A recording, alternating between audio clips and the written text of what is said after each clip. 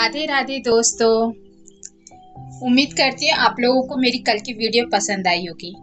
आज मैं बात करूंगी राजा बख्तावर सिंह जी के बारे में, जो कि मध्य प्रदेश से रिलेटेड हैं। ये बहुत ही बड़े स्वतंत्रता संग्रामी थे, लेकिन इनके बारे में ज्यादातर लोगों को नहीं पता।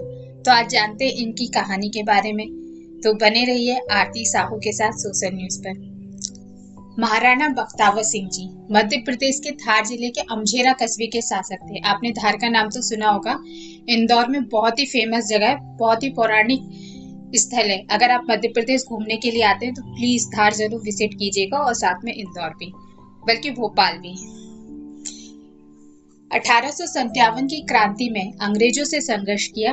अंग्रेजों की दमनकारी नीतियों के खिलाफ सन 1857 में झांसी, ग्वालियर, उत्तर प्रदेश के विद्रोह की हवा मालवा में भी आई।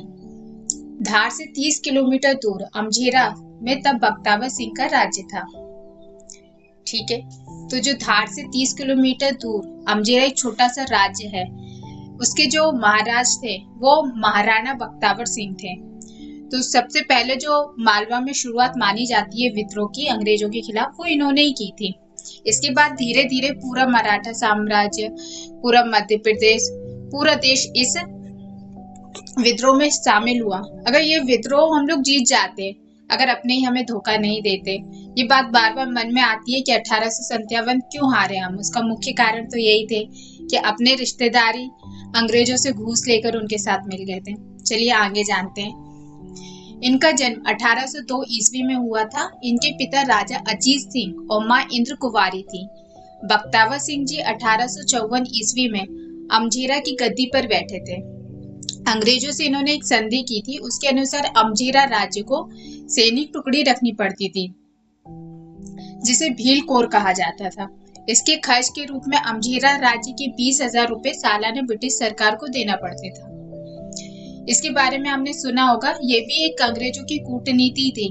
उन्होंने नियम बनाया था कि जो राज्य है वो उनके यहाँ पे वो यानी उसका शासन वही करेंगे, लेकिन जो उनकी सैनिक की जो टुकड़ी रहेगी उनकी, वो अंग्रेजों की उसमें शामिल रहेगी, लेकिन जो उसकी सैलरी रहेगी वो राज्य का जो कोष रहता था उसी के पास में जाती थी। तो इन लोगों को डबल खर्चा हो जाता था, यानी फायदा उठाते थे अंग्रेज, लेकिन उनका खर्चा उठाते थे हमारे राज्य के राजा लोग। तो उन लोगों में वैसे ही दिमाग नाम की कमी थी। अगर उनमें दिमाग होता तो वो इस तरह की नीति को कभी अपनाते ही नहीं। चलिए आगे जानते हैं।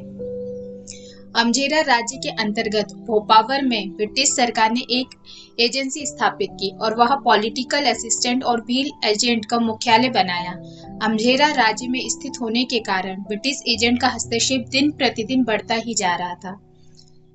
ठीक है, तो अगर ये जो इसके बारे में सुना ही होगा आपने कि जो भील को जो एक एजेंट बनाया गया था, इसके कारण जो ब्रिटिश के जो एजेंट है उनका हस्तक्षेप दिन ब दिन बढ़ता ही जा रहा था, जो भी एक मुख्य कारण रहा विद्रोह का। 1 जुलाई 1857 को इंदौर में विद्रोह हो गया। इस विद्रोह की खबर अमझेरा पहुंचते ही विद्रोह की तैयारियां शुरू हो गई। विद्रोहियों ने राजा बख्तावर सिंह के नेतृत्व में सरदारपुर और भोपावर पर धावा करने का निश्चय किया। सरदारपुर वहीं जहाँ पर हमारा राष्ट्रीय उद्यान है। 3 जुलाई 1857 को विद्रोहियों का दल राजा बख्तावर सिंह के नेतृत्व में मोपावर पहुंचा और वहां लूट मार की शुरुआत की थी। ये शुरुआत कब की गई थी? 3 जुलाई 1857। ठीक है, यानी मध्य प्रदेश में जो विद्रोह की शुरुआत माना जाती है, अगर कभी क्वेश्चन आए कि मालवा विद्रोह की शुरुआत कब हुई थी, तो वो हुई थी 3 जुलाई 1857 में। किसने की थी? बख्तावर सिंह जी ने। विद्रोहियों की हचिंसन के बंगले को तहस नहस कर डाला। किसके बंगले को तहस नहस किया? हचिंसन, ये भी एक ब्रिटिश थे, उन्हीं का बंगला था जिसको सबसे पहले उन्होंने तहस नहस कर दिया था। और लूट मार वहां पे जो है लूटपाट मचाई थी, यानी अच्छी खासी। बैलगाड़ियों को लादकर अमझेरा रवाना कर दिया। क्रांति का जोश सिर्फ अमझेरा में ही नहीं वरन पूरे मालवा में था। धार की रानी जीजाबाई भी ब्रिटिश सरकार के खिलाफ षड्यंत्र कर रही थी। रानी का भाई भीमराव भोसले तथा धार राज्य का दीवान रामचंद्र बाबू भी इस कार्य में संलग्न थे। ये सभी लोग ये मध्य प्रदेश से रिलेटेड है, लेकिन देखिए हम लोग इनका नाम भी नहीं जानते, जबकि 1857 की क्रांति में शामिल थे। इन लोगों को बहुत बड़ा योगदान था। इन सभी लोग शहीद हुए हमारे देश के लिए। भोपावर तथा सरदारपुर में यूरोपियों को भगाने के बाद कामयाबी प्राप्त करने पर राजा की कुछ हिम्मत और बंधी। इसके बाद इंदौर, नीमच और महिदपुर में विद्रोह का श्री गणेश हो गया। देखिए क्या होता है ना कि जब हमें छोटी सी जीत मिलती है तो हमारा साहस बढ़ता ही है।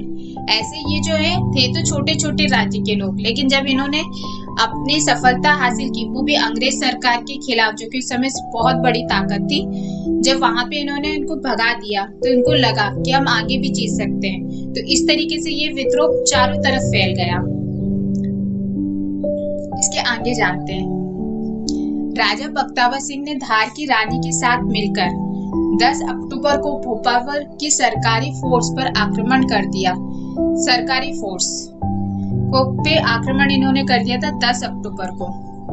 विद्रोहियों के भोपावर तथा सरदारपुर को खूब लूटा और उसे जला दिया। राजा बख्तावर सिंह ने अंग्रेजों के दांत खट्टे कर दिए। इसमें तो कोई शक नहीं है कि अंग्रेजों को धूल तो चटा दी थी। कुछ लोग ऐसे थे जिन्होंने अंग्रेजों की नाक में दम कर रखा था, जिनके बारे में कभी सोचा भी नहीं था। अंग्रेजों का मानना ये था कि बड़े बड़े राजा महाराजा तो उनके कंट्रोल में है, तो अब उनके लिए कौन उनके खिलाफ खड़े होगा। लेकिन कुछ लोग थे जो बहुत शातिर थे, बहुत त्यागी थे, उनका दृढ़ संकल्प बहुत स्ट्रांग था। तो उनमें से हमारे बख्तावर सिंह जी थे। इनका अंग्रेजों से कई बार संघर्ष हुआ। जब राजा बख्तावर सिंह महाराज होलकर से मिलने के लिए महू जा रहे थे तो 11 नवंबर को बेटमा के पास उन्हें बंदी बना लिया गया। महू जेल में बंद कर दिया गया और घोर यातनाएं दी गई। 10 फरवरी 1857 में इंदौर के महाराजा यशवंत चिकित्सालय परिसर के एक नीम के पेड़ पर 9 बजे राजा बख्तावर सिंह को फांसी दे दी गई। आप कभी यशवंत चिकित्सालय जाएंगे तो वो पेड़ आज भी मौजूद है वहां पर, जहाँ पर बख्तावर सिंह जी को फांसी दी गई थी। चलिए आज के लिए इतना ही। बने रहिए आरती साहू के साथ। अगर आपको वीडियो पसंद आई हो तो प्लीज लाइक कीजिए, सब्सक्राइब कीजिए और दूसरों को भी बताइए। आपका दिन शुभ रहे। राधे राधे।